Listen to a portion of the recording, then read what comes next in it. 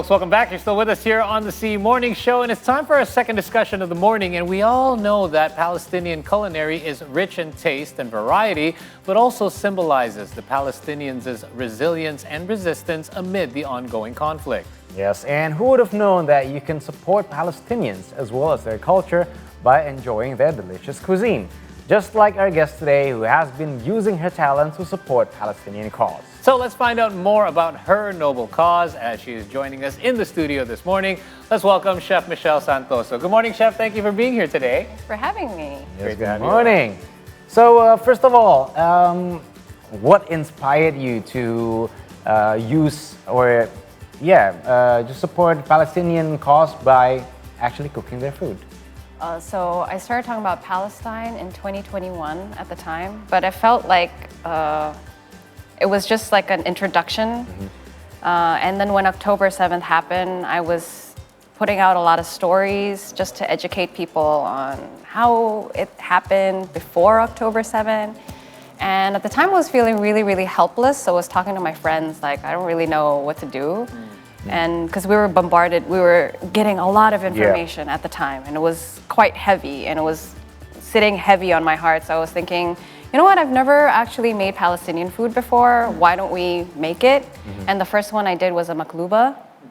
And that's... We're looking at it right now, some of your... This is the kibbeh, you which you will be trying today. But the makluba is a dish that actually is a form of resistance, because you flip it upside down, and then you open it up to reveal, like, it's basically an upside down chicken rice. I would. So there's actually a story behind it. There's a meaning behind it. There's a story behind it. So the first time I made it was the first time I did it in front of camera. So when I tried it for the first time, it was also in front of the camera. I didn't really know what to expect, but I had to do like a couple of my research just to get an idea of the recipes. Sure. So yeah, and then I tried it and I really loved it. And you know, just kept going. That's why I guess when we're looking at your content, it seems very organic and natural. That's because it was for you as well. Yeah. So these, along with other content, have garnered over 2 million views across your social media. Was this something that you anticipated? And if not, like how does it feel for you to have at least made the impact that you wanted? Because you did feel like you didn't know what to do, but you had to do something. I did the commentary, so I do voiceovers behind the recipes, and I think a lot of that has to, I did a lot of the political commentaries against the cooking videos, and I think a lot of people appreciated it. Because at the time it felt like nobody was really talking about it, and it kind of gut punched them a little bit because they thought it was a cooking video, but then it really wasn't, and I think that's why it got a lot of views. And I really appreciate it because the whole point of making and cooking Palestinian food was to give awareness and voice about the genocide that's happening in Gaza. Right. Absolutely. Right. And since then, have you worked with any other chefs or other food professionals that is also fighting the same cause? I've worked with a girl called Nasreen who is in Gaza who was in Gaza at the time. Yeah, so she reached out to me. Hi, Nasreen. Shout out to Nasreen. And she reached out to me. So we did like a cultural exchange where she did like a Batinjan. I don't know how to pronounce it. Yeah, it's very hard to pronounce. Which is like an eggplant dish, but then I did like a tarong balado. Okay. So she did, she did like a Gazan. I saw the video, she did a Gazan one, and at the time it was so hard for her to source like eggplants as well, or like just like fresh food. So we did that, and then we spoke about like the genocide as well and the war. And she discovered you, or how? Yeah, she discovered me, and then we started DMing each other, and then we started talking, like, you know, how is it over there? What are you going through? I'm so sorry, you know. But I think a lot of people don't understand how personal it is for a lot of people. Yeah. Yes, what we're seeing in the news now, it's a lot of numbers. It's 14,000 children killed, but do you know one of the children that has been affected by this? So the recipe, the kidra that I've brought today, was inspired by a girl whose cousin died. And she contacted me. She's like, you know, like I was really sad about all of this because he was my most favorite cousin. And I said, okay, at the time I didn't really know what to say. I said, I'm so sorry for your loss. What was his most favorite thing to eat. And then she said it was ramen and a kidra. So it's okay, let's dedicate a video for Hamza and let's make a kidra. So this was the kidra that we made, and it turns out that this kidra that I made is actually a Gazan kidra because it's got chickpeas. So depending on the region, kidra is like adapted differently. So the Gazan kidra has chickpeas in it, and it has lamb shanks, and so that one was dedicated to Hamza. So your dishes even have particular stories Yes, behind them as well. every dish has a story. So we're as you mentioned, we're going to try some of them soon. But before we do that, real quick, you mentioned that you hadn't really cooked Palestinian food before this, and learning the recipes and learning more about what is going on over there. What was the biggest and most important thing that you discovered along the way throughout this journey? That I really liked. The flavors are, how do I say it? I guess I've been looking for it my entire life, never really knowing about it. And it kind of opens up the possibility that, if you've never tried something, maybe it's time for you to try something new, because it could have been the thing that you've been looking for this entire time. And so Palestinian food, they have a lot of fresh produce, a lot of salads on the side, a lot of yogurt, a lot of like chicken, lamb, rice, and it's adapted per their season, because whether it's like winter or autumn, and they have like a specific dish that they like to eat during winter, which is called a maftool. And so, I guess you could say that they were the first farm to table. Yeah. True. Right. Yeah, the first farm to table. And they're seasonal. Yeah, very seasonal. Which is the best for which is you. the best, You get the best produce. Yeah. Yeah. So, hey. I can't wait. hungry? I am. All right. So let's go. head over here, because Chef has actually been kind enough to bring some of her creations, and you may have seen some of this on her social media. And so let's take us through it then, Chef. Yes. What have you brought for us today? So what do Maybe we start- have here? Okay, so this is the kibe, which is like, it's like their version of a perkedel.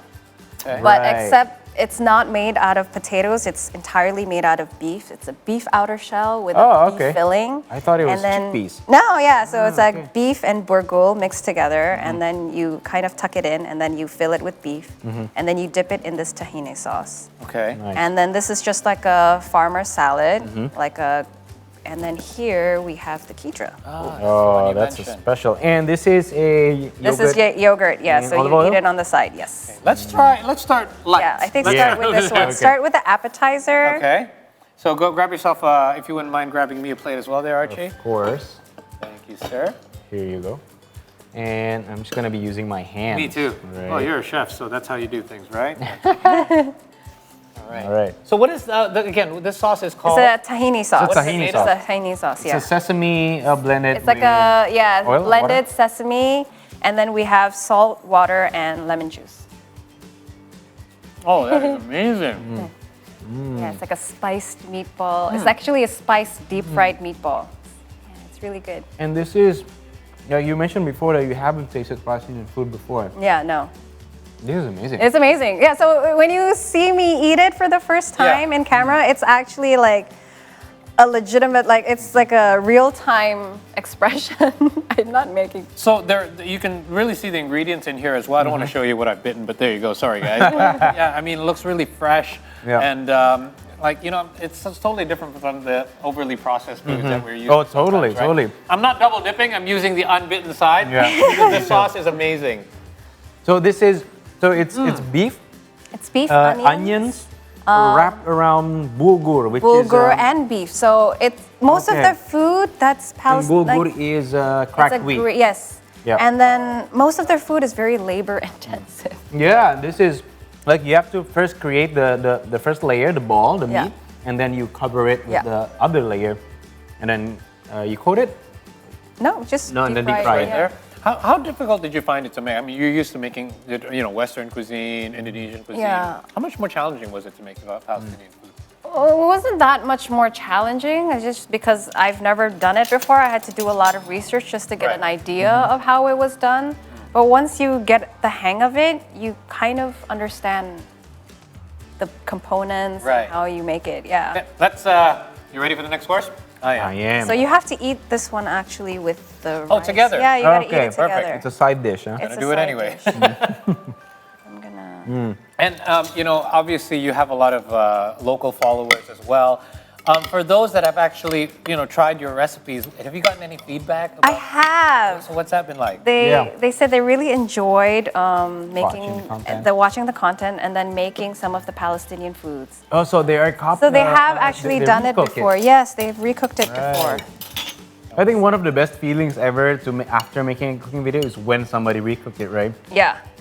So your whole effort actually, it brings someone value. It's like falling off the bone. Oh, that's perfect. There's Amazing. no better sign than like when you see the meat coming off the bones, it means it's just so tender and Yeah. it's just perfect. This is how you. And it's with the What sauce is this Yogurt. again? This is just a yogurt sauce. Yogurt Yeah. sauce, okay. Do you want to come There you go. forward? please. Thank you. So I would just like to, I don't know if the camera can catch this, but this is so amazing. I love food that when you plate it, it's full of color. It's colorful. Right. It means it's good for you. That's right. There you go, guys. So we have our veggies right there, our protein, and we have so this rice, as you mentioned, this version of it, the Palestinian version, has the chickpeas, as you guys can Yes. see right there. you. And then you have the sauce on the side. Okay, get one good look, guys, because it's not going to last long on this plate. I don't think. There you go. Okay. So, Bismillahirrahmanirrahim. So yeah. Now, it's going to sound a bit loud because these vegetables are so fresh. Yeah. You can hear me crunching on them. Okay, Oh, wow. So how long does it take for you to cook the meat? Because it's quite tender. It Takes was a while. pressure cooked for 20 minutes, and then it goes Sorry, into pressure the cook it. pressure cooked for 20 minutes, and then goes into the oven with the rice for another hour. Oh, So that's why it's amazing. The it's rice, so fragrant. yeah, the rice is it's like nasi kebuli, maybe for more Indonesian Right. viewers. But it's more fatty, more oily. yeah, because I think softer. the fat from the lamb shanks From the lamb. fall. And Right. we're also using it's pressure cooked with the lambs, and then the soup or the broth goes into cooking for the rice as well. Oh, you Oh, mentioned the lamb is so amazing. right. It is so good. It is so tender, and I don't like lamb. I always find many people feel it's an acquired taste. Yeah. But if you have this lamb, then I think it's for everyone. It's, No, it's not an acquired taste. I said the this one, same huh? thing. So this is one of my favorite dishes because I don't usually like lamb, but the way that it's cooked with the spices, I think it kind of tones down the The gaminess. fragrance. Right. Yeah. Yes. Correct. Wow, this is really good, It's and really it's good. it's hearty, and I don't find it too heavy because normally when I No. have something like rice in the morning, right? I think it's because of the salad as well. It True. makes it fresher. Good point. And then I And the think- yogurt sauce. Yeah, the yogurt Don't forget kind of that. like balance out with the acidity. So, you mentioned that this was dedicated to Hamza, correct? That's the name? What was that like when, obviously the person who dedicated to the family, the cousin, saw the content? She was really happy and she thanked me through the DMs, and a lot of people also in the comments were really appreciative about it, and so they remembered Hamza, and I think that was one of the most heartwarming part when I started cooking Palestinian food, that people all around the world also, it's kind of humanizing what's happening, and people aren't just numbers, people are people, and people Right. are personal stories, and people are Right. relatives, and people are love, so it gave me hope. Yeah, and also we should add that, we're talking about food, but so many there right now have no access Yeah. to food, especially food like this. So after supporting your, obviously doing this in the hopes of giving support and more knowledge and awareness to what's happening through food, what are your hopes looking ahead? Because obviously this conflict is unfortunately still ongoing. I thought about this question and I really wanted people to open their hearts. There's too many debate right now going on about who started it, what started it, but if you really just look at the heart of the issue, what's happening now, no human being should ever have to go through that. It doesn't matter who you are, what religion you are, where you come from. If this is happening to a group of people, I really do hope say if it was happening to Indonesia, I really do hope some other people do speak up about it. So it shouldn't be that hard. It shouldn't be that difficult to talk about something that is an injustice to an oppressed group of people. Yeah.